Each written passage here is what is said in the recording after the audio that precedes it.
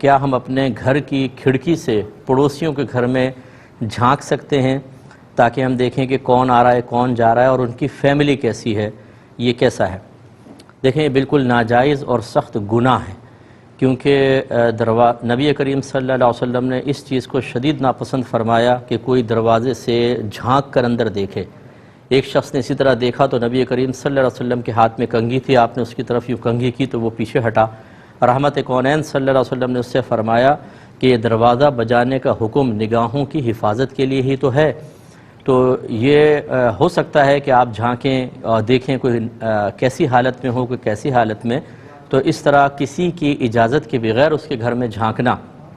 بلکہ ایسی جگہ کھڑا ہونا کہ خامخواہ اس کے گھر میں صحن میں یا بعض اوقات واش روم باتھ روم وغیرہ باہر صحن کے اندر بنے ہوتے ہیں بعضوں کے، تو وہ نظر آ رہا ہے کون اندر جا رہا ہے کون جا رہا ہے، یہ بالکل غلط چیز ہے۔ اللہ تعالیٰ کی بارگاہ میں توبہ کرنی چاہیے اور آئندہ اس فعل سے اجتناب کرنا لازم ہے۔ ایک یہ پوچھا تھا کہ کیا نیک مردہ کا دل بھی قبر میں شروع میں نہیں لگتا، پھر آہستہ آہستہ لگتا ہے؟ دیکھیں ایسا مسئلہ نہیں ہے،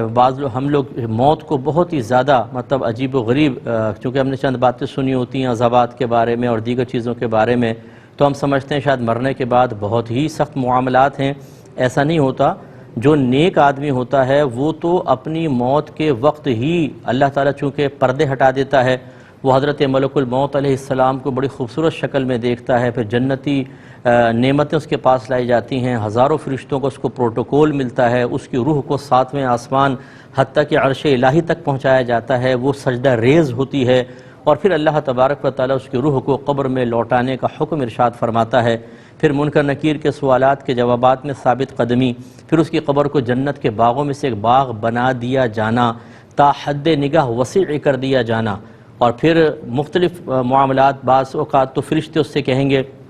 کہ تم سو جاؤ، جیسے دلہن شادی کی پہلی رات سوتی ہے، تو وہ سو جائے گا، اور پھر جب قیامت قائم ہوگی تو اس وقت اس کی آنکھ کھلے گی، وہ آنکھیں ملتا ہوا اٹھے گا، اس کو اٹھایا جائے گا، جب تو وہ سمجھے گا کہ شاید ابھی تھوڑی دیر کے لیے میں سویا ہوں۔ اسی طرح کوئی شخص ایسا ہوگا کہ جس کا عمل اس کے سامنے ظاہر ہوگا، ایک انسانی شکل میں بڑا خوبصورت ہوگا، تو وہ پوچھے گا کہ تو کون ہے؟ وہ کہتا ہے کہ تو مجھے نہیں پہچانتا، میں تیرا عمل ہوں، اب قیامت تک میں تیرے ساتھ رہوں گا۔ لہذا اچھی طرح یاد رکھیں کہ ایسا نہیں ہے کہ آپ کو قبر میں چھوڑ گئے اندھیری قبر میں اور چھوٹے سے اس میں آپ لیٹے ہوئے ہیں کہ یار اب کیا کریں، کچھ کرنے کو تو ہے ہی نہیں، اب یہاں پر نہ لیپ ٹاپ ہے، نہ گیمز ہیں، نہ کچھ ہیں، تھوڑی دیر سوچتے رہے آپ پھر بور ہو گئے۔ ایسا نہیں ہے بھائی جان، وہاں کی زندگی بہت ہی پیاری زندگی ہے، اور ایسی زندگی ہے کہ آپ کی روح بہت زیادہ آزاد ہو جائے گی، بلکہ اس دنیا کے اندر ہم مقید ہیں، آزادی تو اصل میں ملے گی آخرت میں، لیکن اسی شخص کے لیے کہ جو اس مختصر ترین زندگی کی قدر کرے، وہ اس میں نیک اعمال کرے۔ اگر فراڈ کرتے رہے، جھوٹ بولتے رہے، حرام کماتے رہے، نماز قضا کرتے رہے، ماں باپ کی نافرمانی کرتے رہے، تو یہ دنیا پھر اس کے لیے آزادی کی جگہ ہے۔ مرنے کے بعد ہو سکتا ہے کہ اللہ تعالیٰ اس کو ایسی پابندی میں رکھے کہ پھر یہ نہیں ہے کہ کچھ عرصے بعد گناہ گار کا دل لگ جاتا ہے، دل لگنے کی تو بات ہی نہیں ہے، پھر جو عذابات ہوں گے وہ تو دل لگنے ہی نہیں دیں گے۔ اللہ تعالیٰ ہم سب کو اس سے محفوظ فرمائے۔